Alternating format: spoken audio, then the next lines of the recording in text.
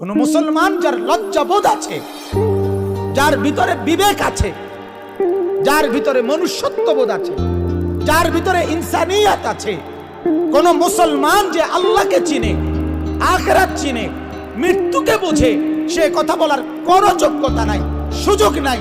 অনুমতি নাই যে আমি মুসলমান অথচ কোরআন পড়তে জানি না, কোরআন পড়ি না, কোরআন শুদ্ধ পড়তে পারি না। এটা বলার চাইতে মরে যাওয়া ভালো, মরে যাওয়া ভালো, মরে যাওয়া ভালো।